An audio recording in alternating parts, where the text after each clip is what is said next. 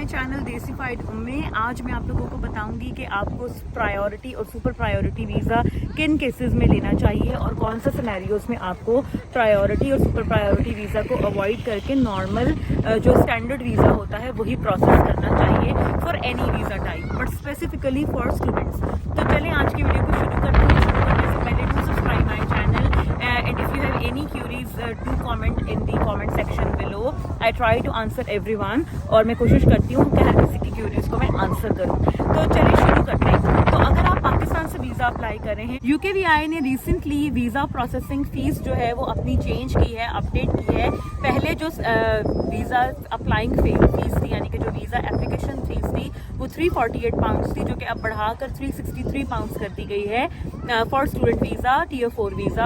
और साथ में प्रायोरिटी की जो फीस है वो 500 पाउंड्स है और सुपर प्रायोरिटी की फीस 800 पाउंड है पर पर्सन। यानी कि अगर आप अकेले आ रहे हो तो सिर्फ आपके लिए, लेकिन अगर आपके साथ स्पाउस और बच्चे हैं तो हर एक बंदे का, अगर आप प्रायोरिटी या सुपर प्रायोरिटी में वीज़ा लगाते हो तो हर एक के लिए आपको यही फीस देनी होगी। यानी कि 363 प्लस 500 अगर करें प्रायोरिटी की फीस तो ऑलमोस्ट 2-2.25 लाख रुपए बन जाते हैं आज के रेट के हिसाब से। और यही जो है अगर आप सुपर प्रायोरिटी लगाते हो तो आपके 3 लाख से भी ज़्यादा बन जाएंगे एक बंदे के लिए, जो कि बहुत ज़्यादा पैसे हैं। और आपको बहुत सोच समझकर प्रायोरिटी सर्विस लेनी चाहिए इन दोज केसेस जिसमें आपको यकीन हो कि आपका वीज़ा एक हफ्ते में आ जाएगा। जो प्रोसेसिंग टाइम्स है इन वीज़ास के लिए वो प्रायोरिटी सर्विस के लिए 5 वर्किंग डेज है यानी कि एक हफ्ता, और सुपर प्रायोरिटी के लिए 1 वर्किंग डे है यानी कि 24 आवर्स। यानी कि अगर आप आज लगाते हो तो कल या परसों तक आपका वीज़ा आ जाएगा।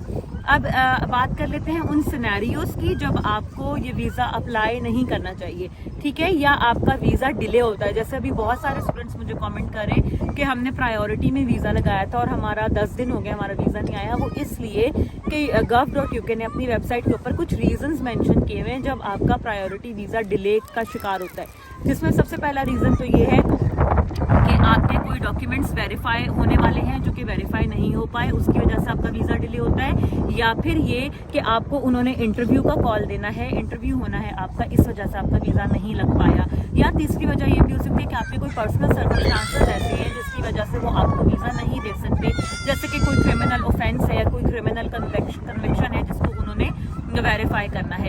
इसके अलावा ये भी मेंशन है gov.uk की वेबसाइट पर कि अगर आपकी एप्लीकेशन जो है वो नॉन स्ट्रेट फॉरवर्ड है तब भी आपका वीज़ा डिले हो सकता है। अब हम वो रीजंस देख लेते हैं कि कौन से रीजंस में आपका वीज़ा नॉन स्ट्रेट फॉरवर्ड होता है।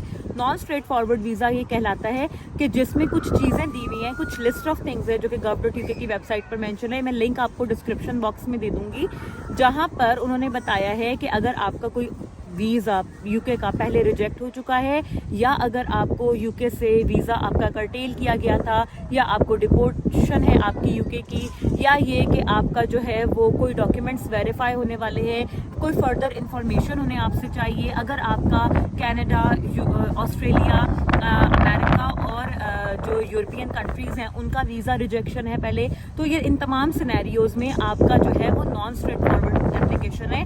और इन तमाम केसेस में आपके वीज़ा प्रोसेसिंग में नॉर्मल से थोड़ा ज़्यादा टाइम लग सकता है। तो अगर आपका ऐसा कोई बैकग्राउंड है, या बाज़ दफ़ा ये होता है कि स्टूडेंट्स फुल इन्फॉर्मेशन प्रोवाइड नहीं करते और कोई डॉक्यूमेंट्स उनसे छूट जाता है कभी अनजाने में, या कभी कोई ऐसा टेक्निकल ग्लिच हो जाता है जिसकी वजह से वो कोई नहीं दे पाते हैं डॉक्यूमेंट, तब भी आपके वीज़ा में डिले आता है और आपका वीज़ा टाइमली नहीं लगता। तो इन तमाम सिनेरियोज़ में मैं आपको यही कहूँगी कि आप इतना पैसा वेस्ट मत करें। जिस मकसद के लिए आपने प्रायोरिटी या सुपर प्रायोरिटी सर्विस ली है कि 5 डेज़ में या विद इन अ डे आपका वीज़ा आ जाएगा, जब वो आपका अचीव ही नहीं हो पा रहा तो आप जो है वो कोशिश करो कि आप नॉर्मल में ही वीज़ा लगाओ, स्टैंडर्ड जो प्रोसेसिंग है उसी में आप लगाओ और आप अपने बहुत सारे पैसे सेव कर सकते हो।